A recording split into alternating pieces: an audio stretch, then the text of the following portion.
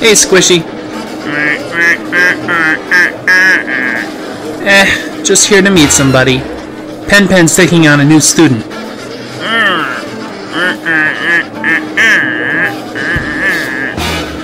Which means I have to do, like, half the work for that, on top of my video workload. My anime review videos? Yeah. I've been doing them for years now.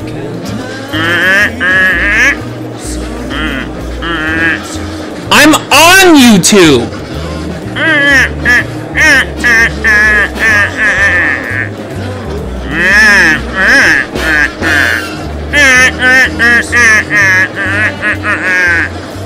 Just make my usual smartass. Ah, there you are. When I heard it was you, I had to pick you up myself. Yellow.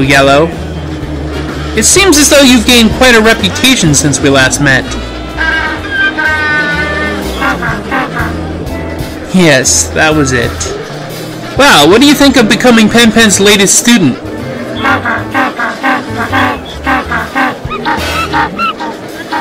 I thought you'd be champing at the bit to get a little action, though you seem as even-tempered as you ever were.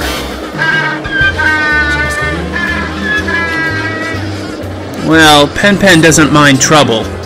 Usually he passes it off to me, though. Whomever else I can rope in, I suppose. Anyway, let me have my drink and we'll be off. You can sit in on my new review video. Does nobody watch my review videos? Aren't you Barrett the Sage? No! People watch his videos. Squishy, make that 2 drinks. Both are for me.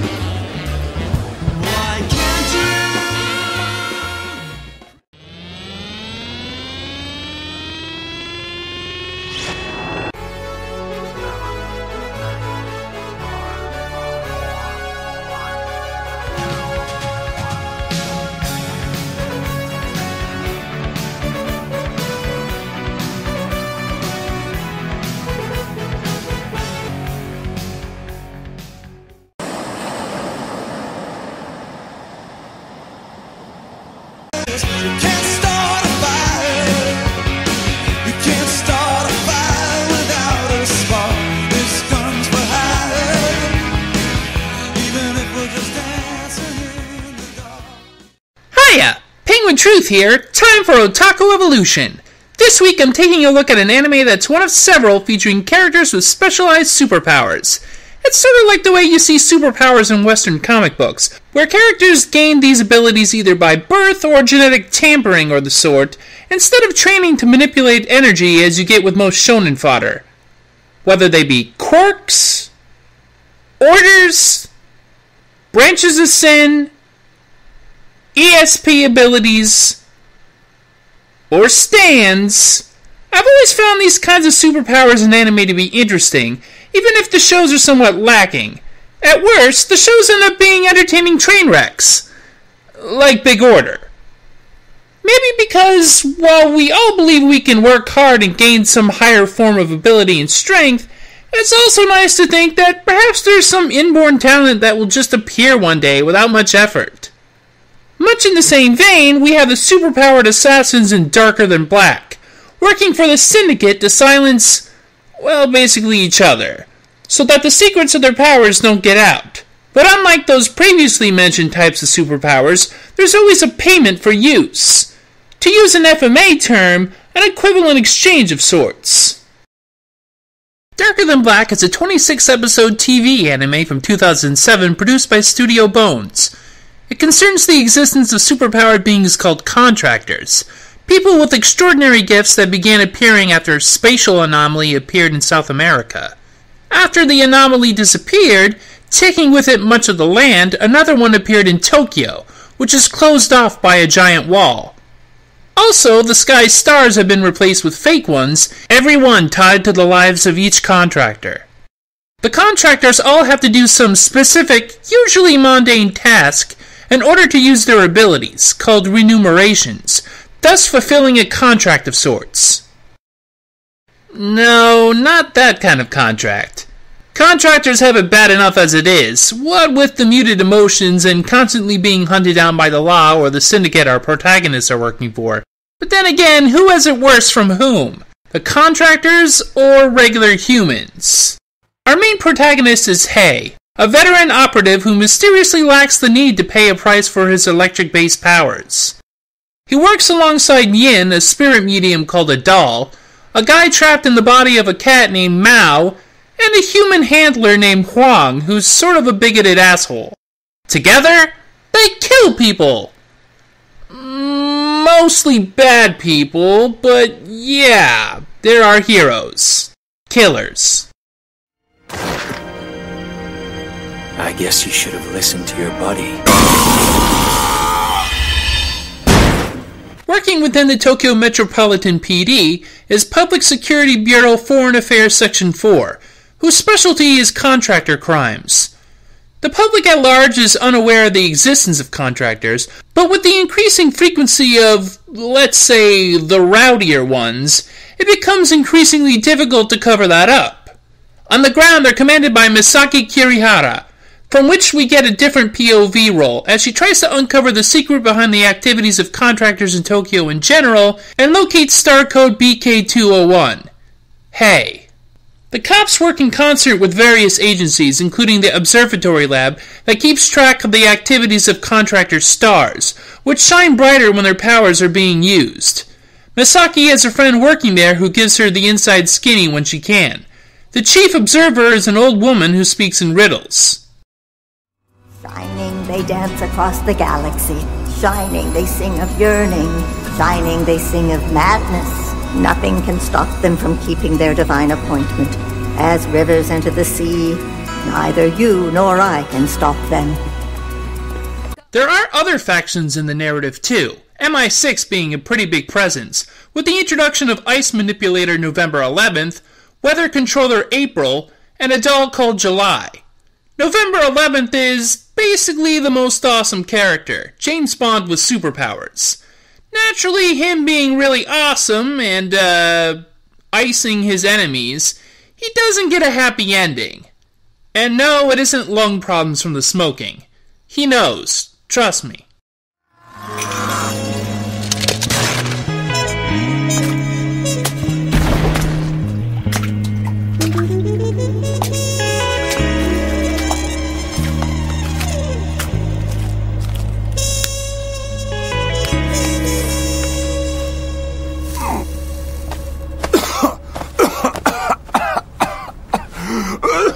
Your payment really is a disgusting habit, 1-1.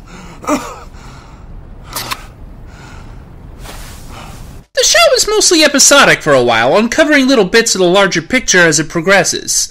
Hei is usually tasked with taking out some noisy contractor, occasionally more than one, and the various groups may interfere from time to time.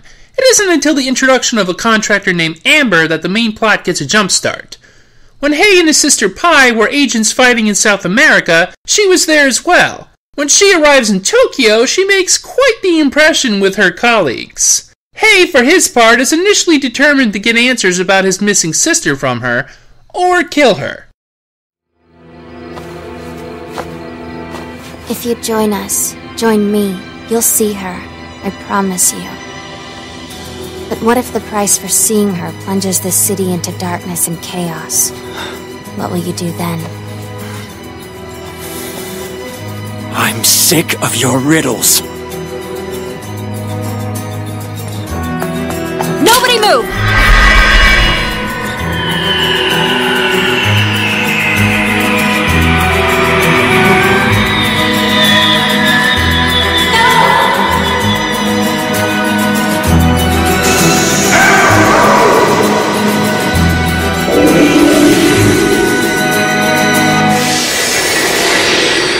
But Hei isn't the stone-cold killer everybody makes him out to be.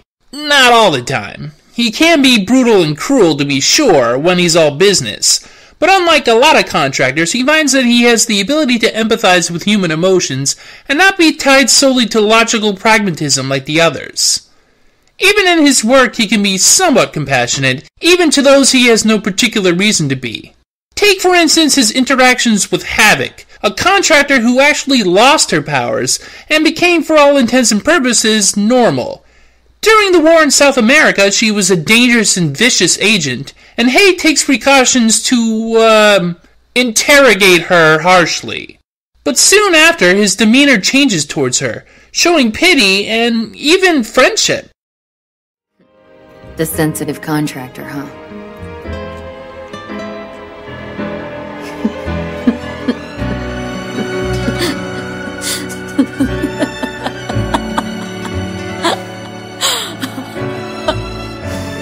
Whatever's happened, it really has changed you a lot. Relax, that's a good thing. It's not just me. You're different also. Tonight is the first time I've ever seen you smile. Like many shows of its kind, the sort with a small central cast, there's of course episodes that focus on individuals in a cast. The two-parter involving Mao is pretty forgettable, but the two-parters with Yin and Huang are both excellent. The former might even be my favorite. We see that Yin was once an ordinary, if talented blind girl training the piano. When her father died, her mother sought comfort in the arms of the instructor. Yin fled when she discovered this, and tragedy, and a truck, struck. It's possible that her muted emotions as a doll were a welcome to her to avoid the pain of that loss. In the present, two contractors are hunting her down even as her instructor arrives in town looking for her. It seems that the lady with the sonic voice has quite a tragic story of her own involving the death of her child. Added to this is Huang's determination to get rid of Yin if she's a broken asset, but ultimately being unable to.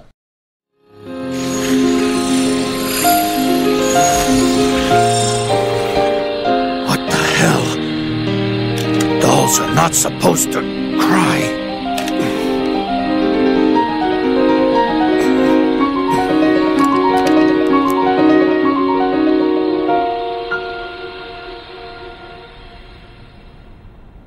Huang himself has some issues with his past, involving a former love interest who turned out to be a contractor sent to kill his partner in the police.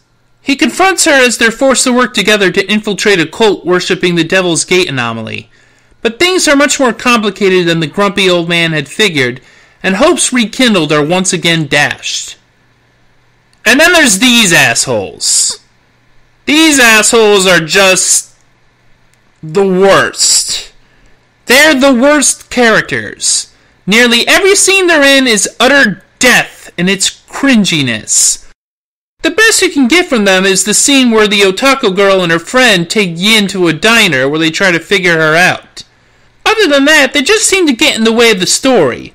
In one of the lead-ups to the finale, they take up far too much time with a subplot in an episode that should be all about Hei's interactions with Misaki. Ugh! They're terrible! How could a show that gave us November 11th give us these two?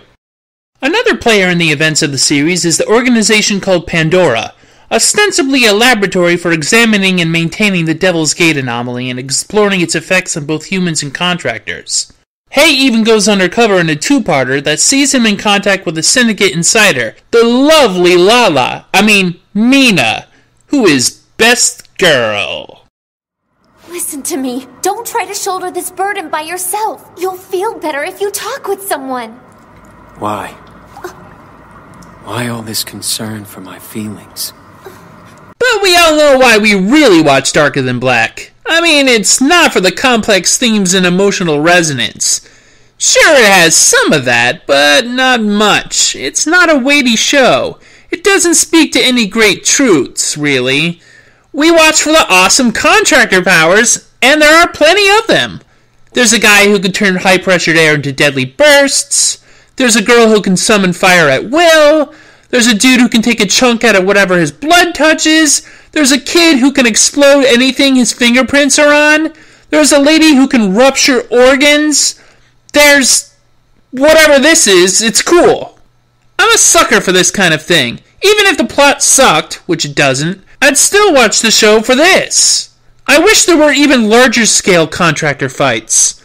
But as you can imagine, there's plenty of folks who want to remove the dangerous element of contractors from the world entirely, and even a few contractor supremacists who see themselves as humans betters. I think that was a thing. It's sort of an X-Men mutant situation in that way, with opposing radical factions. In some ways, the life of a contractor can be seen as a bit of a tragedy. Should we accept a life of servitude that benefits only them, a fate that we never chose? That's why I founded this religion. I used it more as a means to avoid detection at first, but in time I came to see it as the truth, the path to a peaceful coexistence with the humans, the path to freedom. I ask you this, what do you think separates contractors from humans? For one thing, contractors don't have a heart. I've heard that, but is it really true? It seems like even if contractors try to run away from either being used by the Syndicate or dying, they can't seem to follow any alternate paths. Then there are the dolls who don't even have as much will as that, and are treated as pure merchandise to some. So yeah, there is a little emotional meat to chew on in the show. The finale sees the various factions play out their hands, with a few unexpected twists with certain characters. It's not some slam-bang big action climax. It focuses more on characterization, and can even be a bit slow at times, but it's a respectable ending to the long-running plot involving Evening Primrose and the real intentions of a government agency. If there's a problem with the ending, it's with the show in general, in that there's several unanswered questions that the series makes almost no strides in answering, regarding the existence of the gates and the fake stars' connections to the contractors. It's not quite clear even how the people at the observatory even figured out that the contractors are linked with the stars, or whether or not the real stars can still be seen outside Earth's atmosphere, or if the stars in space themselves have changed. It's such a bizarre setup, and everyone takes it at complete face value as if it's just ordinary. But then again, there's another Darker Than Black series, and an OVA that takes place before that. There's even an extra episode after the main story's over that's just the comedic break from the tension. But it's not really worth talking about. Will I get to further Darker Than Black entries? Well, it's possible, I guess. I've not heard good things about Season 2, but it's not like I only review good anime here. And anyway, it's not like this season was any masterpiece. It was just an enjoyable show about superpowered people. Speaking of brainless fun with superpowers, I've got to get back to finishing covering the JoJo OVAs. So, next time, I guess? Then I have some kind of 100th episode to plan out. What do you want to see? No, I'm asking the... come to think of it, what would you like to see?